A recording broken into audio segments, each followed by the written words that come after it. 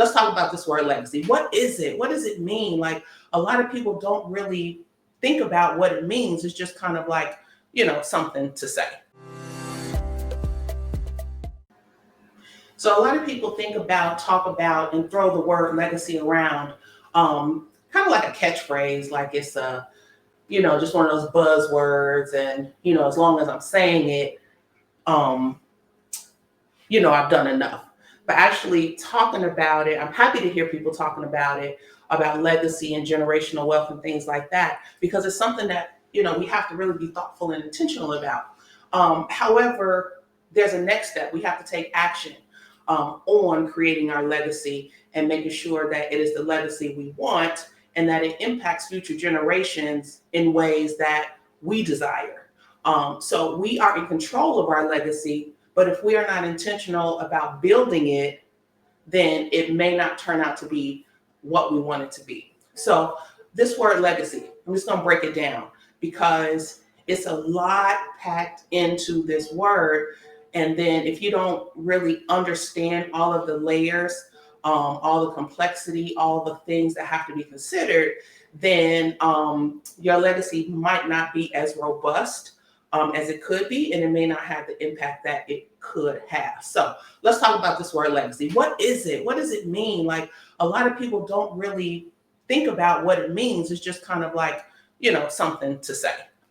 So the first thing legacy means is it means living your best life. Now, a lot of people think that legacy is about death, but in reality, legacy is about life. It's about living your best life every single day intentionally, because as you will learn, and as I'm going to show you, your legacy, leaving your best legacy means living your best life. You can't leave your best legacy if you didn't live your best life. So those are very, very important to understand, is that legacy is about life. Next, legacy is about emancipation. So my new book, Legacy Made Simple, is about thinking through, crafting, and drafting your legacy so that you're clear on what it is that you want to have impact on in the future, who you want to have impact on in the future, and what you want your mark to be on the world, let's say. Now, in my book, I am focusing on the legacy of Black and Brown people. Why am I doing that? Because I am Black and Brown, and we have a special set of circumstances, issues, and concerns that I wanted to address. So emancipation is very important when we think about legacy, especially in relationship to Black and Brown people, because emancipation means that we've been freed from something. Now, we don't have to talk about slavery and all that. We don't have to go back that far. But one of the things that we do need to be aware of is that we may have some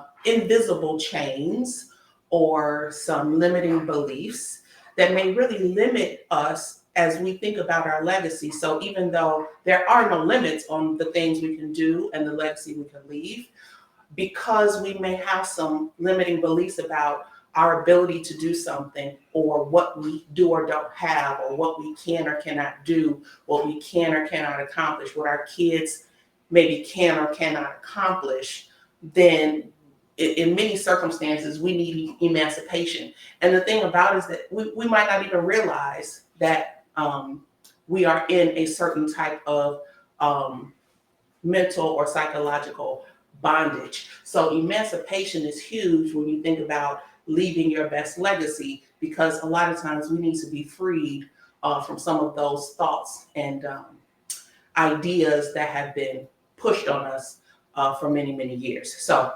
emancipation is huge when we think about our legacy.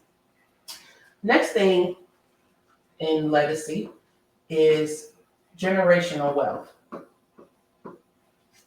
And so this is another word or term that's kind of thrown around, like, tossed back and forth, people just having fun with it, just saying it. But where's the action? Like, what are you doing to build the generational wealth? Like, if you're going to say it, I want you to do it. And me too. I have been thinking about, generational wealth and exactly what that means and what the impact is.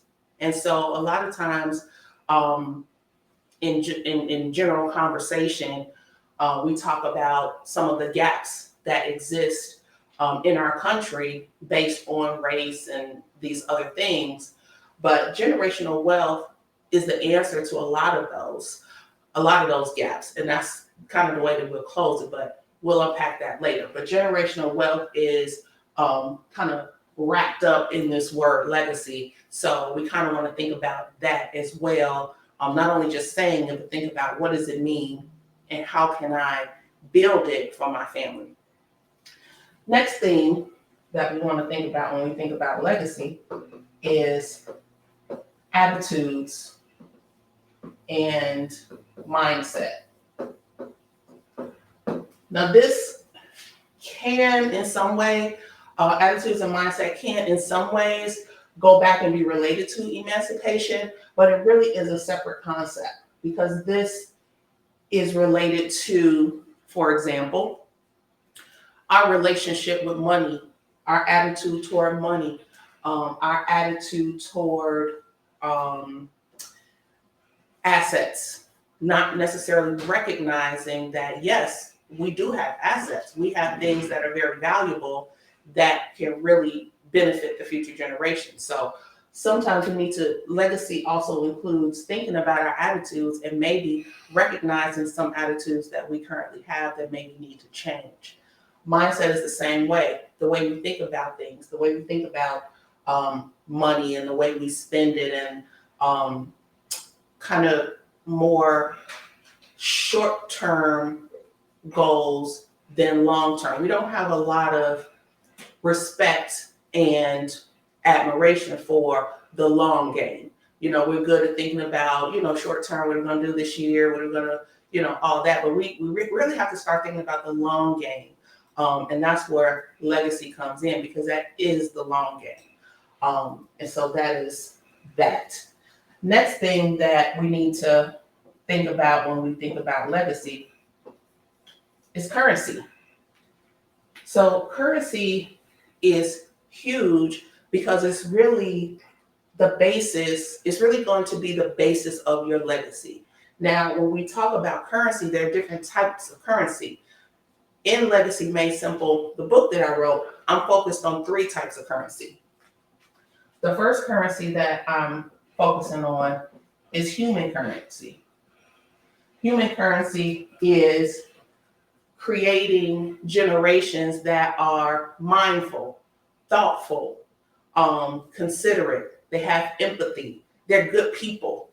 It's nothing worse than, crafting this legacy and you got it all together and you leave it to a person that is still very hurt or bruised in the inside, or doesn't really know how to interact with people, or doesn't really have a foundation of communication. They don't know how to communicate effectively. They don't really have a heart for people or a heart for carrying on your legacy. And so that's why the human currency is very valuable and very important when you think in terms of your legacy. The next currency is intellectual currency. So intellectual currency is, for example, let's just say that one of the parts of your legacy is that, you want to leave cash to your children. You want to leave $1 million to your daughter, but your daughter has never handled more than $1,000 in her lifetime.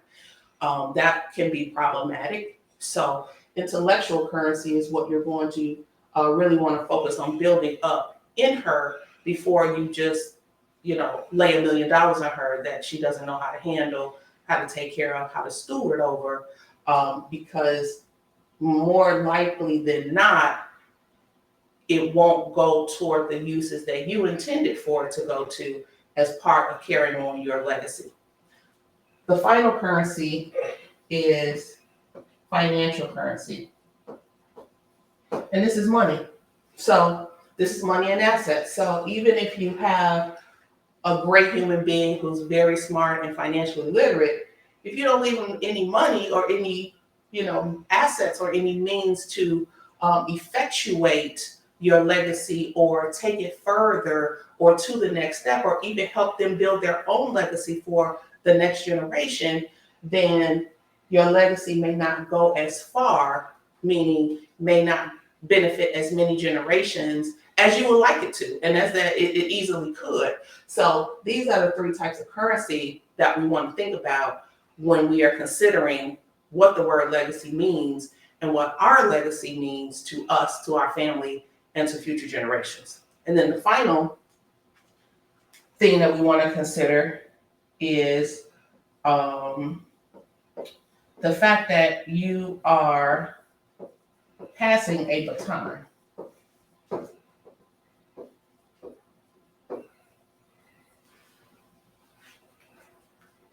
So legacy is about passing a baton.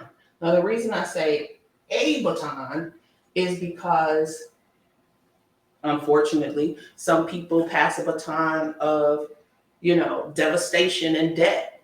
Some people pass a baton of, hate and indifference or intolerance or whatever the case may be. But that's not the baton that you're going to pass, because you're going to be intentional about what you want your legacy to be. And you're going to be intentional about how you want to leave your legacy, what it is that you want to include in your legacy, who you want to benefit from your legacy, and really what that stewardship is going to look like for those people who are going to be your beneficiaries and what your expectations are. You're going to be very clear about that. And because you are, the baton that you're going to pass is going to be a baton of new opportunities, open doors, inspiration, education, empowerment, all of these things that are super, super powerful. That's going to be the baton that you're going to pass because you understand what legacy is and you've thought about all of these things that legacy encompasses. And then after you read the book is going to kind of bring all this together for you. And then you're going to have a legacy of influence, of impact, and of inspiration.